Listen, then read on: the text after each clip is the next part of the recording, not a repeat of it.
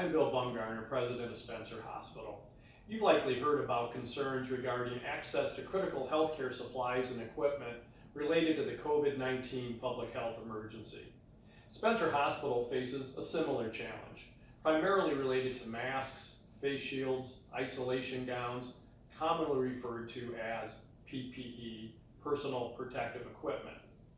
We have what we need today, but we're concerned about access in the weeks ahead as our healthcare team cares for what is expected to be a significant number of COVID-19 patients. We're working diligently each day to conserve and increase our inventory, but a national shortage is limiting our ability to do so at the levels we're seeking. Joining me is Clara Gracing, Director of Spencer Hospital's Intensive Care Unit. She's a highly trained and experienced critical care registered nurse.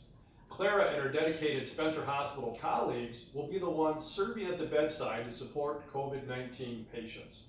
I've asked Clara to share the specific supplies we most need and why they're important.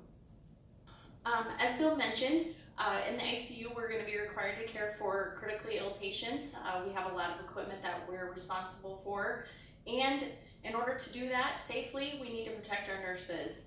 In our arsenal, we have several devices. One of them is the N95, as Bill mentioned, is something that protects our nursing staff. This is especially helpful when the COVID virus becomes airborne or aerosolized, it's often called.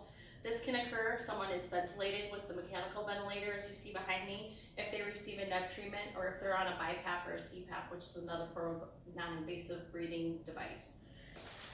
Another form of barrier we use are goggles. These help to protect our eyes in the event of splatter or any other type of contamination. We also have gowns, which are very important. These help protect the caregivers as they get close in contact with our patients to still provide that much needed care.